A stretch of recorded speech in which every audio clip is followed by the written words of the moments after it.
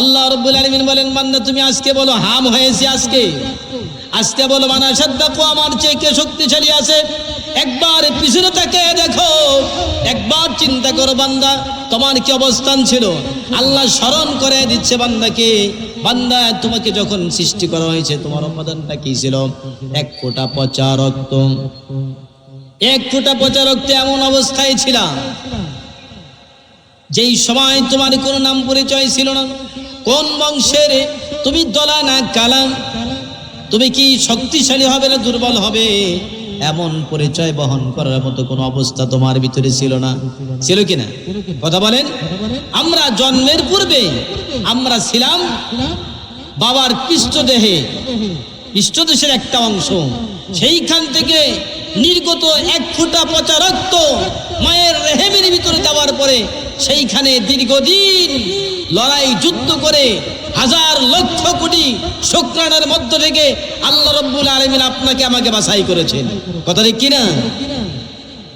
হাজার লক্ষ কোটি শুকরানার মধ্য থেকে যুদ্ধ করে আল্লাহ রাব্বুল আলামিন আমাকে আপনাকে বাছাই করলেন, বাছাই করে মায়ের পেটের ভিতরে ঢুকায় দিলেন, আর আলাক সৃষ্টি করলেন। সর্বপ্রথম রক্ত জমাট হলো, সেখান থেকে আল্লাহ রাব্বুল আলামিন ধীরে ধীরে ধীরে ধীরে মায়ের পেটটাকে একটা কারখানা বানায়া সেই কারখানার ভিতরে আমাকে আপনাকে সৃষ্টি করলেন, তৈরি করলেন। যেখানে হাতের দরকার ছিল সেখানে হাত দিলেন, যেখানে পায়ের দরকার ছিল পা দিয়ে দিলেন, যেখানে নাকটার দরকার ছিল নাকটাও লাগাই দিয়েছেন, যেখানে যে অঙ্গ প্রত্যঙ্গ প্রয়োজন আল্লাহ রাব্বুল আলামিন প্রয়োজন অনুযায়ী সমস্ত অঙ্গ প্রত্যঙ্গগুলো লাগাই দিয়েছেন। কথা ঠিক কিনা? এমন সৃষ্টির মধ্যে ভুল খুঁজে পাওয়া যাবে না। একটু ভাবতে পারেন যে হাতটা হয়তো এখানে লাগাইলে, না লাগাইলে অন্য জায়গায় লাগাইলে বাইল হইতো। মানুষ চিন্তা করতে পারে কিনা কথা বলেন? মানুষের চিন্তার ভিতরে আর আল্লাহর চিন্তার ভিতরে ফারাক আছে কিনা নাই? কথা বলবেন একটু। চিন্তার ভিতরে ফারাক আছে না? মানুষ যে চিন্তা করে আল্লাহর, মানুষের চিন্তা যেখানে শেষ আল্লাহর চিন্তা সেখানে শুরু। কথা বলেন? মানুষ যেটা চিন্তা করতে পারবে না, ভাবনার ভিতরে নিয়ে আসতে পারবে না, এমন চিন্তা গবেষণা আল্লাহর কাছে শুরু। তার মানে মানুষ যেটা চিন্তা করে, হয়তো ভাবতে পারেন একটা নাক লাগাই দিছে আমার সামনের ভিতরে, এই নাক দিয়ে পচা রক্ত আসে, এখানে লাগাইলো কেন? বলতে পারেন না? কিন্তু দেখেন তো একবার আল্লাহর কি সৃষ্টির খেলা। একটু চিন্তা করেন, নাকের নিচেই হলো খাবার জায়গা, নাচের নিচেই আমার আপনার খাবার জায়গা, তাই না? এখন বলুন তো, খাবার খাওয়ার সময় যেটা সুগন্ধ আর দুর্গন্ধ, এটা বোঝার উপায় কি বলুন তো? বুঝেন না আমার কথা? খাবার খাওয়ার আগে যখন আমি মুখে দেই, এটা কি দুর্গন্ধ না সুগন্ধ, খাওয়ার উপযোগী কি অনুপযোগী, এটা আগে সার্টিফাই করে কে? আমার নাক বলে দেয় নাকি? আমার নাকটা বলে দেয় বান্দা এটা খাস না। আবার খাওয়ার আগে নাকটা বলে ভালোই তো লাগতেছে, গ্রামটা খা। তার মানে আপনার নাকটা যদি পিছনে থাকতো, শীত পরে যে হতো, পচা রক্ত আসে, দুর্গন্ধযুক্ত ময়লা পানি আসে, এই পানিটা আসার কারণে এই নাকটা যদি আপনার পিছনে লাগিয়ে দেওয়া হতো, ভালো হইতো না? এখন যদি এরকম হতো, নাকটা যদি পিছনে থাকতো, তাহলে কি সুবিধা অসুবিধা হতো একটু ভাবুন তো দেখি। প্রত্যেকটা খাবার লোকমা নেওয়ার আগে পিছনে নাকের কাছে জিজ্ঞেস করা লাগতো, দেখতো নাক কয়ে দে, এটা খাওয়া যাবে কিনা, বলেন? জিজ্ঞেস করা লাগতো না?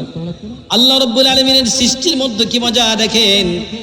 একটা নাক খাবার জায়গার উপরে লাগাই দিলেন, আবার এই যে এটার ভিতরে একটা জিহ্বা লাগাই দিয়েছেন কিনা?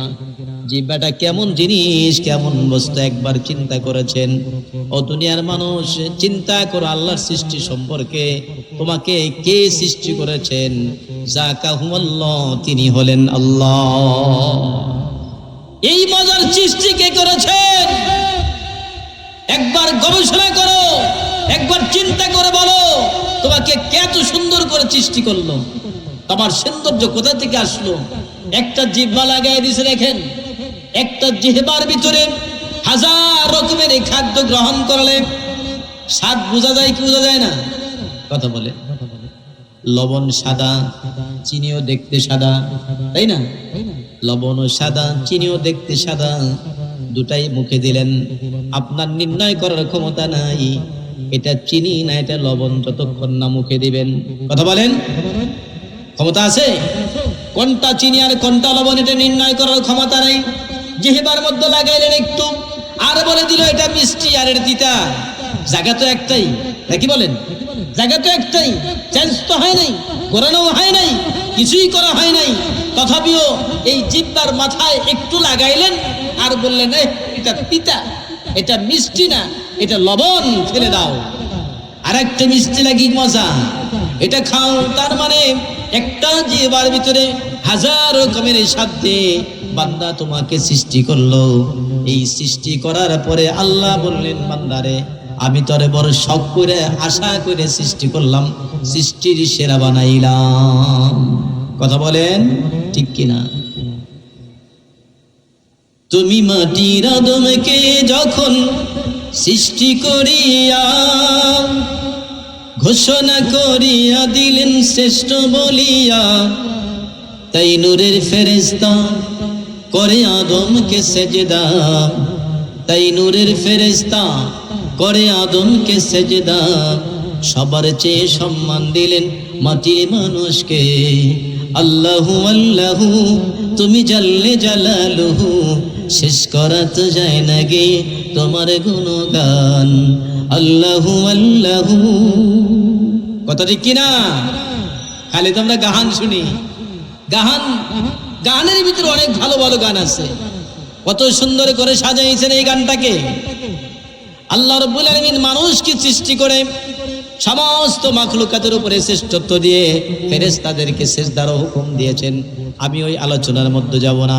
তাহলে আল্লাহ রাব্বুল আলামিন আমাকে আপনাকে সৃষ্টি করেছেন কি? হায়াত এবং মওত সৃষ্টি করে দিয়েছে। লিয়াবুলুয়াকুম আইয়ুকুম আহসানু আমালা, লিয়াবুলুয়াকুম, তোমাকে পরীক্ষার জন্য আমি সৃষ্টি করেছি। এত কিছু দিয়ে যখন সৃষ্টি করলেন, বড় করলেন, শক্তি দিলেন, সামর্থ্য দিলেন, সব কিছু দিয়ে বরবর করে দিয়ে বান্দাকে এবার বললেন, বান্দা তোকে চলার জন্য করে বিধি নিষেধ দেওয়ার জন্য যুগে যুগে কিছু মেসেঞ্জার পাঠাইয়া দিলাম, কিছু নবী রাসূল পাঠাইয়া দিলাম। নবী রাসূলদের মাধ্যমে তোমার মাধ্যমের কাছে কিছু বিধি নিষেধ আমি অর্পণ করলাম। এই বিধি নিষেধ অর্পণ করলে যদি আমার হুকুম মতো চলো, তাহলে তোমাকে আমি জান্নাত দেব। আর আমার হুকুমের বাহিরে চললে বান্দা তোমার জন্য জাহান্নাম। কথা ঠিক কিনা? হুকুম কার? আহসানু আমালা সম্পর্কে রাসূলকে জিজ্ঞেস করলেন সাহাবা আজমাইন, ইয়া রাসূলুল্লাহ আহসানু আমালা কি? রাসূল বললেন আহসানু আমালা হলো আল্লাহর জমিনে আল্লাহর বিধিবিধান মেনে চলবার জন্য, শরীয়ত মেনে চলার জন্য, শরীয়ত থেকে যেটা বিধিনিষেধ আছে এগুলোকে মেনে চলার পরে আমি ভালো কাজের দিকে নিজে উদ্বুদ্ধ করার নাম হলো আহসানু আমাল। আমি শরীয়ত মানবো, বিধিনিষেধ মানবো, মানার পরে আমি আমার নিজের জীবনটাকে আরো সুন্দর করার জন্য, জান্নাতমুখী করার জন্য আমি যে কাজগুলো করব, এটা হলো আহসানু আমাল। এখন বলেন তো, আমার আপনার জীবনে আমরা যারা জন্মেছি একদিন তো মৃত্যুবরণ করতেই হবে, নাকি? নাকি জন্ম দিয়া ছেড়ে দিছে আর ধরবেন আল্লাহ? কথা বলেন, ধরবে নাকি আল্লাহ? আর কোনদিন ধরবে না? ছেড়ে দিছে আর ধরবে না। আরে লাটার মতো ঘুড়িওয়ালা যেরকম ঘুড়ি ছেড়ে দেয়, ঠিক আমাদেরকে আল্লাহ এরকম ছেড়ে দিয়েছেন। ছেড়ে দেওয়ার পরে আবার যখন নির্দিষ্ট সময় হবে, লাটাই বলা যেরকম ঘুড়ি উল্টা দিকে টানে, আবার আমাদেরকে উল্টা দিকে টেনে আল্লাহর কাছে চলে যেতে হবে। তাহলে আল্লাহ রাব্বুল আলামিন এত সুন্দর দেহ আমাকে আপনি বানায়া, শ্রবণ শক্তি দিয়া, নজর দিয়া আমাকে বললেন, বান্দা তুই যা জমিনে যা। এখন গরু যা করে আমিও যদি তাই করি, তাহলে আমার অবস্থান কোথায় হবে? কথা বলেন। ওয়ালাহুম আয়ুনুল লা ইবসিরুনা বিহা ওয়ালাহুম আযানুল লা ইসমাউনা বিহা উলাইকা কাল আনআম বাল হুম আদাল। আল্লাহ বলেন, বান্দারে তোরে গরু বানাই নাই, তোরে মানুষ বানাইছি। মানুষ বানায়া গরুর ভিতরে যা দিয়েছি তোর ভিতরেও তাই দিয়েছি, কিন্তু তোর ভিতরে এক্সেপশন দিয়েছি হলো বিবেক, যেটা গরুর ভিতরে দেই নাই। তোমার ভিতরে আলাদা একটা বস্তু দিয়ে দিয়েছি, যেটা কোনো সৃষ্টির ভিতরে দেই নাই। অন্য অন্য সৃষ্টিরা আল্লাহর হুকুম মানে, কিন্তু আল্লাহর সাথে বিশ্বাসঘাতকতা করে না। কিন্তু তুমি একমাত্র মানুষ, একমাত্র সৃষ্টি, যদি আল্লাহর হুকুম মানো না কিন্তু আল্লাহর সব কিছু ভোগ করো। কথা ঠিক কিনা? দুনিয়ার মানুষ সবচেয়ে আল্লাহর নিয়ামত বেশি ভোগ করে, আবার আল্লাহর সাথে কি করে? বেঈমানিটাও সবচেয়ে মানুষই বেশি করে। লা ইলাহা ইল্লাল্লাহ। আমরা একটু আগে আসি ভাইজানরা, একটু কষ্ট দিই, একটু আগে আসি। হ্যাঁ, একটু সামনের দিকে আসলে একটু ভালো হয় ভাই, একটু সামনের দিকে একদম। হ্যাঁ, দেখতে সুন্দর দেখা যাবে, আসেন। লা ইলাহা ইল্লাল্লাহ। মহিলাদের বসার জায়গাটা স্কুলের দক্ষিণ পাশে আছে, এখানে।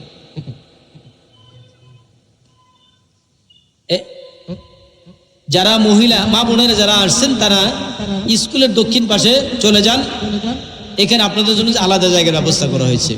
লা ইলাহা ইল্লাল্লাহ মুহাম্মাদুর রাসূলুল্লাহ সাল্লাল্লাহু আলাইহি ওয়াসাল্লাম। তাহলে আমি বলতেছিলাম, আল্লাহ রাব্বুল আলামিন বলেন, বান্দারে তোর আমি গরু বানাই নাই, গরুর চোখ দিয়েছি, নাক দিয়েছি, সব দিয়েছি, কিন্তু বিবেক দেই নাই। কিন্তু আল্লাহ রাব্বুল আলামিন আপনাকে আমাকে চোখ দিয়েছেন, নাক দিয়েছেন, পাশাপাশি একটা আকল দিয়ে দিয়েছেন, জ্ঞান বুদ্ধি দিয়েছেন, বোঝার শক্তি দিয়েছেন, ডিসাইডেড পাওয়ার যেটাকে বলে, সিদ্ধান্ত নেওয়ার ক্ষমতা আপনাকে দিয়েছেন। কোনটা ভালো কোনটা মন্দ আপনাকে বোঝার ক্ষমতা দিয়েছেন, যেটা গরুর ভিতরে নাই। গরু ঠিক মতো ঘাস খায়, আপনিও খান, গরুরও বাচ্চা হয়, আপনারও বাচ্চা হয়, কিন্তু গরুর ভিতরে যেই কোয়ালিটি আছে এই কোয়ালিটি আপনার ভিতরে নাই, আমার ভিতরে আপনার ভিতরে যেই কোয়ালিটি আছে গরুর ভিতরে নাই। তার মানে আকল দিয়া আপনাকে আমাকে এক্সেপশনাল করে দিয়েছে, আলাদা করে দিয়েছে, ডিভাইডেড করে দিয়েছে। বলছে, বান্দা তোমাকে যে আকল দিলাম এই আকলের দ্বারা তুমি দুনিয়াতে কামাই করে আসবা, ওই কামাই অনুযায়ী তোমাকে আমি ফল দিব। যে কামাইটা করে আসবা আকল দিয়া, এই আকল অনুযায়ী, এই কামাই অনুযায়ী তোমাকে আমি স্থান দেব। এখন তোমার আকলটা যদি ভালোর দিকে যায়, আপনাকে বিবেকে প্রশ্ন করতে হবে, বিবেক তুই কোন দিকে যাইতে চাস? মসজিদের দিকে যাইতে চাস নাকি ওই মমতাজের গানের প্যান্ডেলের দিকে যাইতে চাস? এটা কি মন স্বাধীন না? আমাদের আকল তো স্বাধীন নাকি? আমরা ইচ্ছা করে যেদিকে যেতে পারি, ডানেও যেতে পারি, বামেও যেতে পারি, মসজিদে যেতে পারি, অথবা যাত্রার প্যান্ডেলেও যেতে পারি। আপনাকে আল্লাহ রাব্বুল আলামিন ফ্রি করে দিয়েছেন, ফ্রিডম করে দিয়েছেন, স্বাধীনতা দিয়েছেন, আপনাকে মুক্ত করে দিয়েছেন। আপনি যেদিকে ইচ্ছে সেদিকে যান, অসুবিধা নাই।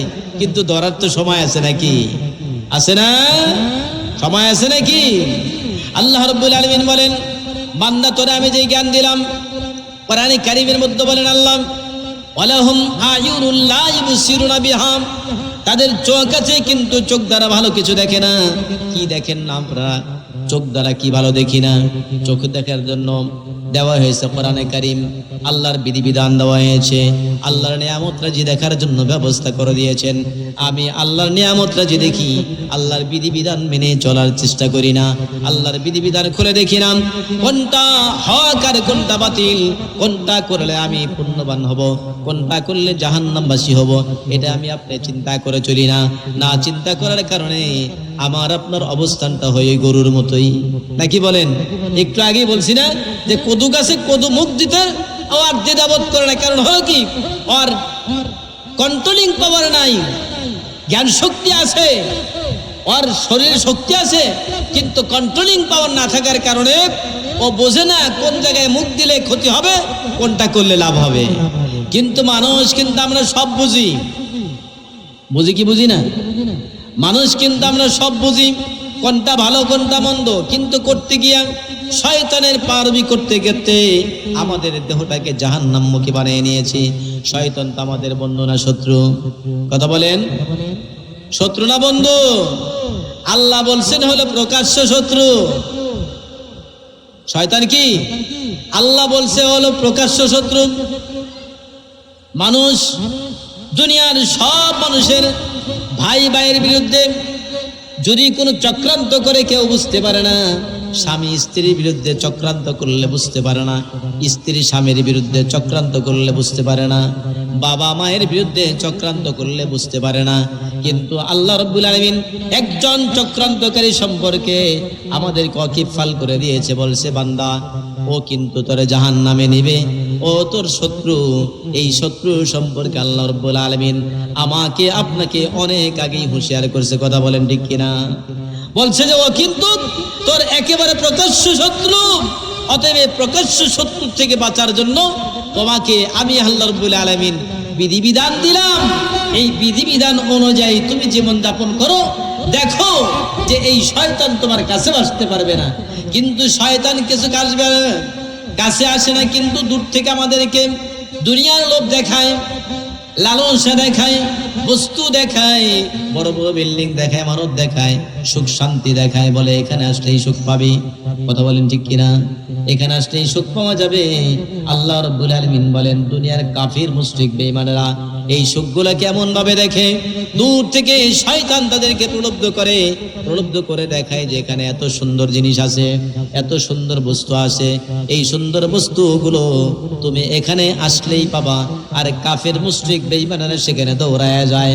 আল্লাহ রাব্বুল আলামিন কোরআনে কারীমে বলেন হাত্তা ইযা জাউহা লাম ইয়াজিদহু শাইআ, যখন এই দুনিয়ার লোভ লালসায় মানুষগুলো ব্যস্ত হয়ে যায়, তখন কাছে গিয়ে দেখে আসলে ওখানে কিছু নাই। কাছে গিয়া কি দেখে আসলে ওখানে কিছু নাই। মরীচিকার বেদুইনের মতো উদাহরণ দেওয়া হয়েছে। মরুভূমির ভিতরে একজন বেদুইন দূর থেকে যখন পানির ব্যবস্থার প্রয়োজন হয়, তখন দূর থেকে দেখে মরিচা এরকম ঢেউ খেলতেছে। দেখা যায় কিনা? চরাঞ্চলে গেলে দেখা যায় না? দেখবেন দুধ মরুভূমি, যেখানে দূরে দেখা যায় এরকম মনে হয় পানি ঢেউ খেলতেছে। দেখা যায় কিনা? পানি ঢেউ খেলতেছে, কিন্তু কাছে গিয়ে কি পানি পাওয়া যায়? কোরআনে কারিমে কাফেরদের আমল সম্পর্কে আল্লাহ রাব্বুল আলামিন এটাই বুঝিয়ে দিয়েছেন যে কাফেররা দূরের এরকম বস্তু দেখে, সুখ শান্তি দেখে তারা বেহুশ হয়ে যায়। এখন আমার যে হিসাব নিকেশ দিতে হবে, কবরে যাওয়ার পরে আপনাকে আমাকে জিজ্ঞেস করবে মার রাব্বুকা মান দীনুকা মান নাবিয়ুকা মান হাজার রাজুল। এই প্রশ্নগুলো যখন আপনার সামনে আমার সামনে ছুড়ে দিবে, এখন বলুন তো এই প্রশ্নের জবাব দেওয়ার জন্য টেলিফোন করে কেউ কি আমাকে সহযোগিতা করবে? করবে নাকি? কথা বলেন, করবে? কেউ তো পিছন থেকে বা উপর থেকে বলে দিবে না এই এটা পরীক্ষার হয়তো বন্ধুরে দেখায় না, এক ছাত্র আর এক ছাত্রকে দেখায়। অনেক সময় বিপদে পড়লে মাস্টাররাও কিছু বলে দেয় না? খুব কঠিন অবস্থা, প্রশ্ন কঠিন হয়েছে, ছাত্ররা কিছুই বোঝে না, তখন আমরা টিচাররা তাকে হেল্প করি যে এইটা এইভাবে লেখ, একটু হেল্প করার চেষ্টা করি। তার মানে আমি আপনি দুনিয়ার জিন্দেগিতে অনেক বন্ধু পাইলাম, বান্ধব পাইলাম, সুযোগ পেলে তারা আমাকে সহযোগিতা করে, কিন্তু আমার ইন্তেকালের পরে যখন কবরে শোয়ায় দিবে, আমাকে যখন ফেরেশতারা প্রশ্ন জিজ্ঞেস করবে, এই প্রশ্নের অ্যানসার গুলো আমাকে একাই দিতে হবে। ওইখানে আর কোনো বন্ধু বান্ধব থাকবে না, কোনো সাহায্যকারী পাওয়া যাবে না। তাহলে যেইখানে সাহায্যকারী আছে এইখানে আমি কাজ করার জন্য বন্ধু বানাই, কিন্তু যেখানে সাহায্যকারী নাই ওই কাজের জন্য আমি তো কাউকে বন্ধু বানাইলাম না। কথা বলেন ঠিক কিনা? আমি কি বন্ধু বানাইছি? আমরা তো সব দুনিয়ায় বন্ধু বানাই হলো যে আমাকে ভালো কাজ করে দিতে পারবে দুনিয়ায়, এরকম বন্ধু দরকার। কিন্তু আখিরাতের বন্ধু কি আমাদের কয়জন আছে বলেন তো? এই জন্য আল্লাহ রাব্বুল আলামিন আপনাকে আমাকে এই জন্ম মৃত্যুর মাঝখানে যেই সময়টা দিয়েছে, এই সময়ের ভিতরে আপনাকে আমাকে পরীক্ষা নেবেন। পরীক্ষা কোনটা তুমি ভালো কাজ করো আর কোনটা তুমি মন্দ কাজ করো, কোনটা জান্নাতের রাস্তা আর কোনটা জাহান্নামের রাস্তা। এটা দুইটাই রাস্তা আমাকে আপনাকে দেখাই দিয়েছে। কে দেখাইছে? কোরআনে কারিমে আপনাকে আমাকে দেখাই দিয়েছেন যে এটা হক রাস্তা, এটা বাতিল রাস্তা। এখানে অন্ধকারে আলো, কুফর বাতিল সব কিছু আমার আপনার সামনে একেবারে উন্মোচন করে দিয়েছেন। কিন্তু আমি যদি আপনি যদি এই চোখটা না বুলাইয়া এইটা যদি আমল না করি, এটি কি আল্লাহর দোষ? কথা বলেন।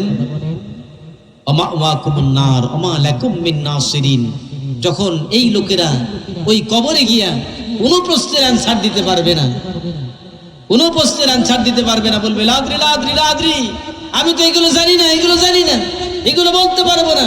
ফেরেশতারা কি বলবে? আল্লাহর কাছে বলবে, আল্লাহ তোমার বান্দা কিচ্ছু জানে না। আল্লাহ রাব্বুল আলামিন বলবে, যা ব্যবস্থা তাই কর। আছে কিনা? দেশে আইন আছে না নাই? কোন আইন লঙ্ঘন করলে 6 মাসের জেল, কোন আইন লঙ্ঘন করলে 1 বছরের জেল, কোন আইন লঙ্ঘন করলে সারা জীবনের জেল, আবার কোন আইন লঙ্ঘন করলে ফাঁসির কাস্টে ঝুলতে হয়, আবার কোন আইন লঙ্ঘন করলে নগদ জরিমানা দিয়েই হয়ে যায়। আবার এমন আইন আছে যে আইনটা শোনার পরে দেখা গেল যে না, ওই লোকটা নির্দোষ তাকে খালাস করে দেয়। আছে না নাই? এই দুনিয়ার জিন্দেগি করার জন্য যেরকম আইন আছে, আল্লাহর আদালতেও এরকম আইন আছে না নাই? আপনি যেরকম অ্যানসার করবেন কবরের ভিতরে, আপনার ওই অ্যানসার অনুযায়ী আপনার রেজাল্টও আল্লাহ দিয়ে দিবেন। ওই শ্রেণীর মানুষগুলো যারা আল্লাহ রাব্বুল আলামিন কবরের জিন্দেগিতে দেওয়ার পরে তারা ফেরেশতারা জিজ্ঞেস করবে যে প্রশ্নগুলো দেওয়ার পরে অ্যানসার সঠিকভাবে করবে, করার পরে ফেরেশতারা বলবে তোমার বান্দাকে যা জিজ্ঞেস করেছি সব বলেছে, সব সুন্দর অ্যানসার দিয়েছে, এখন কি করব? আল্লাহ রাব্বুল আলামিন বলবেন, ও আমার ওই বান্দাকে জান্নাতের বিছানা এনে দাও, জান্নাতের পোশাক পরায় দাও, আর এগুলো পরায় দেয়া বলবা বান্দা বলবে, এখন বান্দা তুমি ঘুমায় যাও, তুমি ঘুমায় যাও, তুমি ঘুমায় যাও। লা ইলাহা ইল্লাল্লাহ।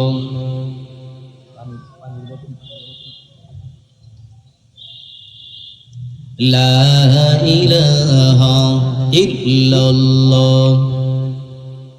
সবাই বলি লা ইলাহা ইল্লাল্লাহ, লা ইলাহা।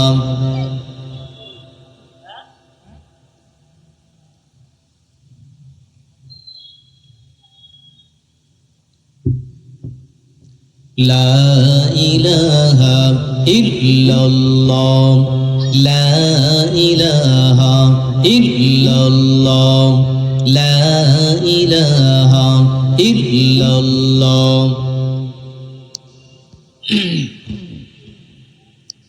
এই দুনিয়া ভাই রঙের মেলা, সাবধানে তাই করি খেলা।